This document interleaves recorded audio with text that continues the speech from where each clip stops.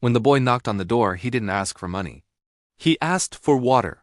His name was Eli Carter, and at just 11 years old, he had already learned how to speak softly so adults wouldn't turn him away.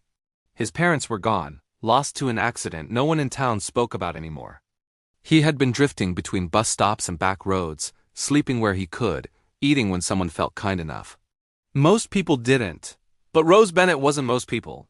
Her house sat at the edge of farmland, modest and aging, with peeling paint and a porch that creaked under its own memory. Rose lived alone, growing just enough crops to get by. Life had trimmed her expectations down to the essentials: work, rest, and quiet. When she saw the boy standing there, shoes split at the seams and eyes too tired for his age, she didn't ask questions. She handed him a glass of water, then a plate of soup. Eli ate slowly at first, afraid it might be taken away. When Rose told him he could finish it all, his hands began to shake. She noticed but said nothing. That night, she laid a blanket near the heater and told him he could stay until morning. Morning came, then another. Rose never formally adopted Eli. She didn't need paperwork to teach him how to rinse dirt from vegetables, or how to listen to the wind for signs of rain. He learned by watching, by helping, by being needed. When food ran low, Rose ate less. When Eli got sick one winter, she sold her old radio to buy medicine. One night, his voice barely above a whisper, he said, "When I grow up and get rich, I'll pay you back." Rose smiled, tired but warm.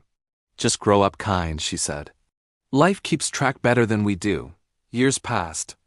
Eli grew tall, strong, quiet in the way people are when they've learned to survive without noise.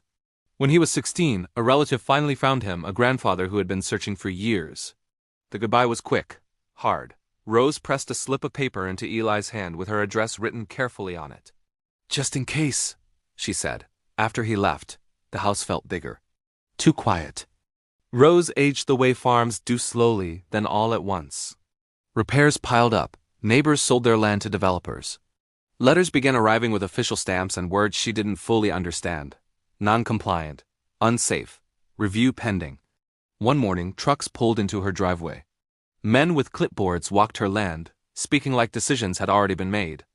Rose stood on the porch, hands folded, listening to words that sounded final. Then the sound of wind cut through the air. A helicopter landed in the far field, bending grass flat beneath it. A man stepped out, calm, well-dressed, eyes sharp with recognition the moment he saw her. He walked straight to the porch.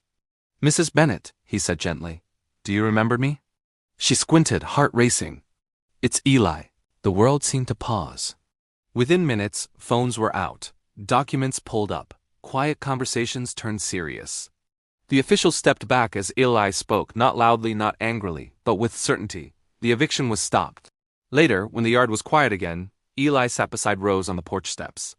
"I never forgot," he said. "I just didn't know when life would let me come back." Rose looked at him for a long time. "You came when it mattered," she said.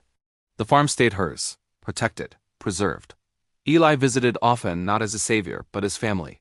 And Rose slept easier, knowing that kindness, once given freely, had found its way home.